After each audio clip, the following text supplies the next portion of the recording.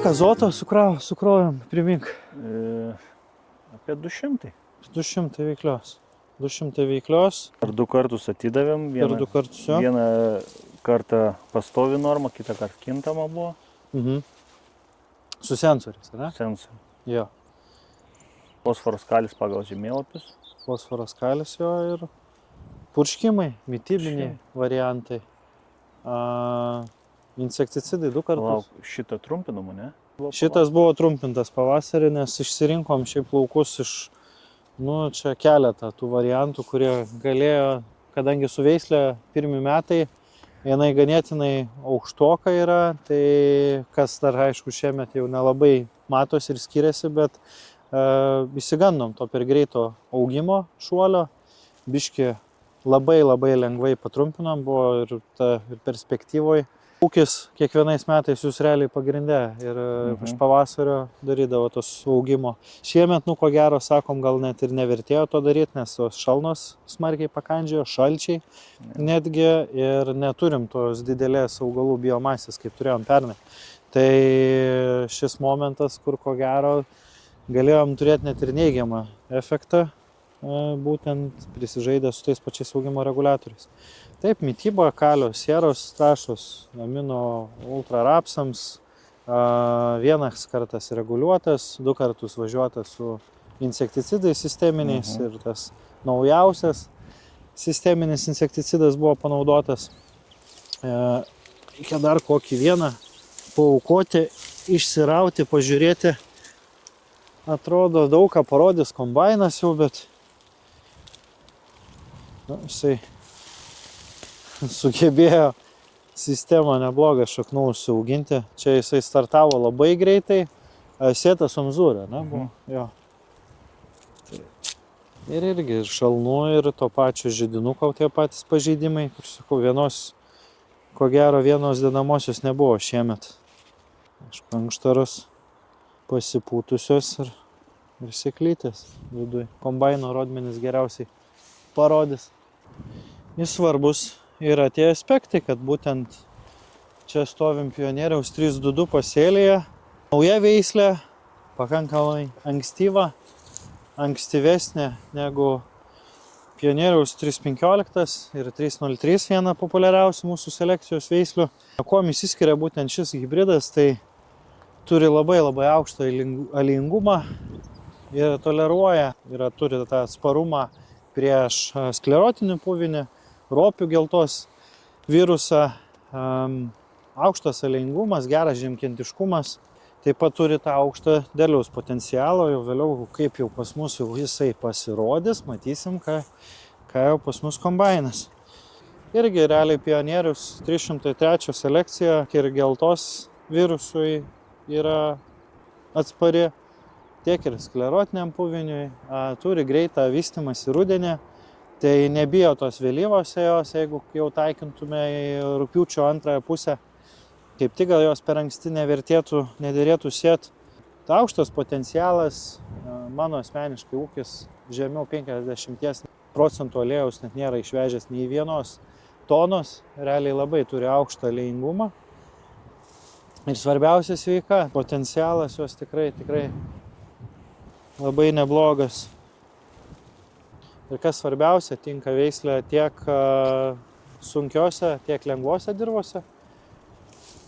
Renkantis skirtingo tipažo dirvožemius, bene anksčiausiai pradėjo žydėti ir vėliausiai baigė. Jinai jos labai ilgas žydėjimas. 322 pirmą pradėjo šitą paskui. 322 jo, ir 322 dar anksti, tai jos 322 ankstyvesnė, keliom dienom, kokiom 3-5 dienom, 3-3, tai jo, tai.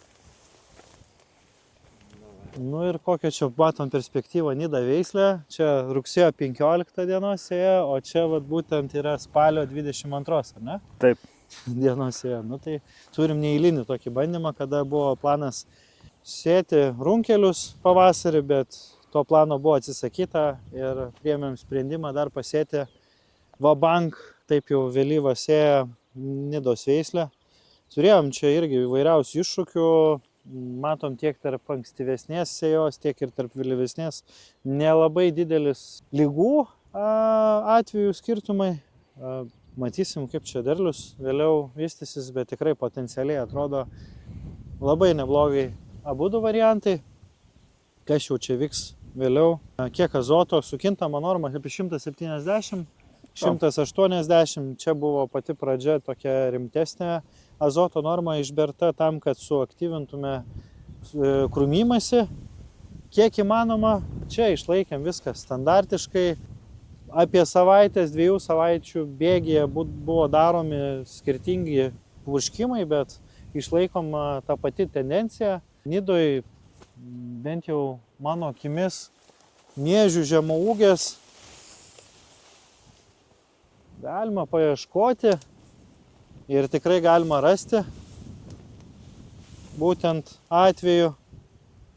O vėlyvesniai sėjoj, kol kas nežinau. Viskas žalia ir gražu, nors galima ir vėlyvesniai sėjoj rasti. Pasirodo nesvarbu. Žiūrėsim, koks tas kiekis, kiek tų juodų varpų vėliau pasimatys. Yra numatytas purškimas čia amidiniu azotu, amidų, važiuosim 50 litrų į hektarą. Ko gero, kalio ir siros dar planas. Jeigu viskas tvarkoje pagal planą, reikia tik tai pasižiūrėti, čia jau žydėjimas realiai dar žydi. Būtent šios, realiai, čia ir skirtumas, kad viena jau pildo grūdą augina, kita realiai dar tik tai žydėt pradeda. Po 4 grūdus turim viduriniai daly, viršui po 3, kaip ir standartinė. Įdomu, kas šitam dabar vėlyvesnės sėjos nidai. Dar kol kas tai irgi tik tai po 3 centriniam. Jeigu lyginant laukus, tai skirtumai yra akivaizdus, tarkim, dėl vėlyvesnės sėjos nidos. Virusinės infekcijos kur kas yra mažiau, o optimalioj sėjoj dar jos yra daugiau. Trumpintas ir gaudytas jisai gerai buvo su laiku. Miltligės. Anksčiau truputėlį užfiksuota, bet miltligės kiek jau buvo jau agresyviai įsiskverbusios jau čia net į lapų vidų, bet neleidom jai užlipti iki pat viršaus, tai irgi naudojam protekonazolą, forapro. Ir tvarkiam tą stiebą, kiek įmanoma, irgi nesinorėjo, kad jisai išgultų mum. Taip pakankamai storas. Bandyta gaudyti fuzariozę šeštadienį, ne? Taip. Buvo ir tuo pačiu saugoti viršutiniai lapai, dėtas kontaktinis insekticidas dėl amarų prevencijos, kurios tikrai bent jau mūsų akimis buvo. Ir skirtumas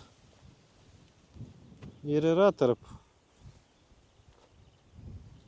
vėlyvos sėjos ir ankstyvos sėjos. Tarp varpų. Įdomu, ką tonažas mums konkrečiai pasakys apie. O čia kas labai patinka, tai kad žydėjimas prasidėjęs pakankamai aukštai, vadinasi, pjūtis irgi bus pakankamai nežema, biomasės turim, augalam pats svarbiausias žydėjimo momentas, nei per karštą, lietus irgi čia pat kažkur tai vaikšto, gal ir palis, tikėkimės. Važiuos čia, aišku, fungicidas, važiuos sisteminis insekticidas, mityba, amino rūgštis, kalio ir sieros trąšos, pupos išprotėjusios gerai auga, net ir gali pasikrūmyti. Baigėsi jau ir gumbelinių bakterijų veikla.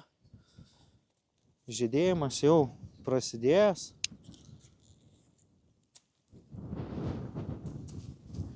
Sunku beįpjauti, bet jau matom irgi jau rausvas į rudą atspalvį einančias gumbelinės bakterijas, tai ko gero ir azoto papildomo nebeplanavom, tai ir nebepaduosim.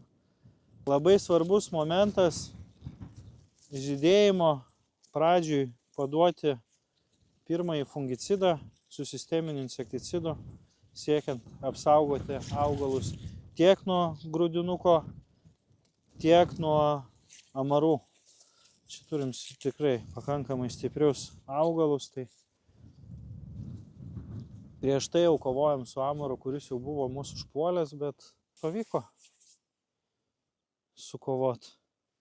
Labai svarbu atkreipti dėmesį į pačias viršūnės susisukusius augalus, kuriuose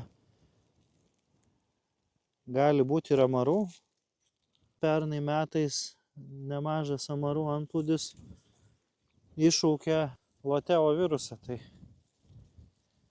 nesinorėjo šiemet mum jo turėti, tai biški atkreipti dėmesį daugiau į amarų prevenciją teks. Tai realiai savaitę nuo amarų purškimo buvo praeitas. Kontaktinį dėjom ar sistemą?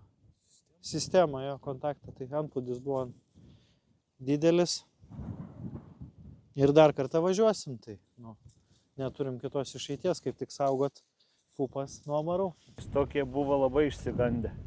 Jo, laukas gavęs šalnos, net ir čia, aišku, Čia jis toks lyg paplaktas gal buvo. primintas dėl pačio šalčio padarinių cukriniuose runkeliuose, tai turim to tokio skirtingų ūgių, skirtingų išsivystymų runkelius, planviziniai runkeliai. Manau, geras sprendimas buvo priimtas pačioj pradžioj panaudoti dirvinį Goltiksą. Dėl piktžolių, kurių tikrai buvo daug mažiau, purškiant jau vėliau ir su konvizo chemija.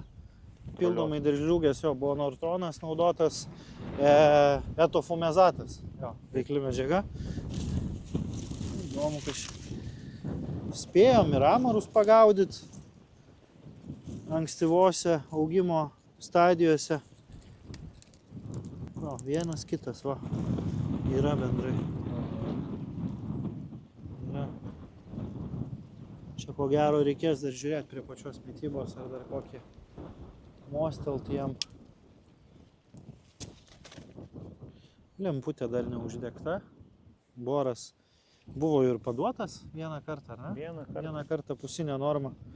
Dabar duosim jau ko gero visą litrą ateičiai, stebėsim, kada turėsim čia uždegtą raudoną šviesą. Subranuotas. Jo, jau duosim litrą kalio, sieros trąšas būtinai. Ir stebėsim prevenciškai, kaip ir su piktžolėm, viskas jau ir sutvarkyta, paskutiniai darbai, švarus, gražus laukas. Po kairę turim orkestrą, po dešinę turim bagų veislę. Matosi, kad biški bagų tokia aukštesnė. Veislių normos skirtumai buvo panašus. Atrodo, kad net ir biški bagų nori anksčiau žydėti, gal tokia truputėlį. Realiai vaizdas labai neblogas, irgi nuo žolių. Aklonifenas ir klomazono veikliosios medžiagos. Šiaip žiūrint, kas svarbiausia padaryta. Prasidėjęs jau žydėjimas. Truputį dar luktelsim kokias keletą dienų.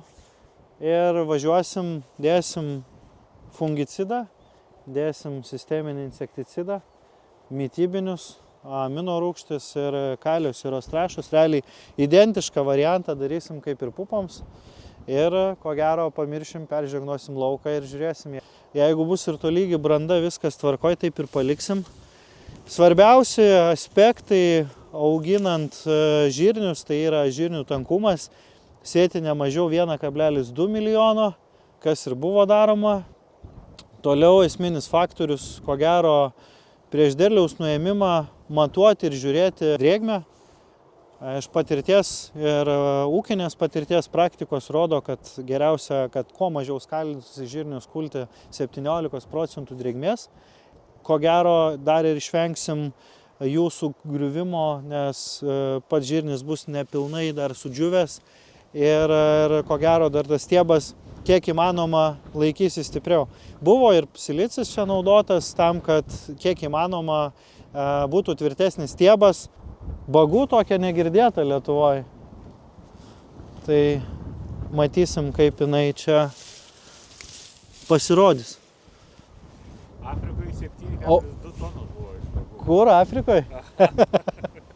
Afrikoje 7,2 tonos, sakė.